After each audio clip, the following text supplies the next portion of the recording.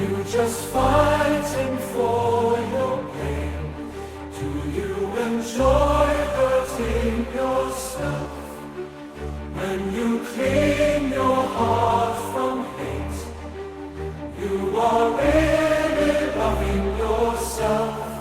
Just sacrifice deceiving gains and fill your heart with moving love, and you will find happiness that lasts.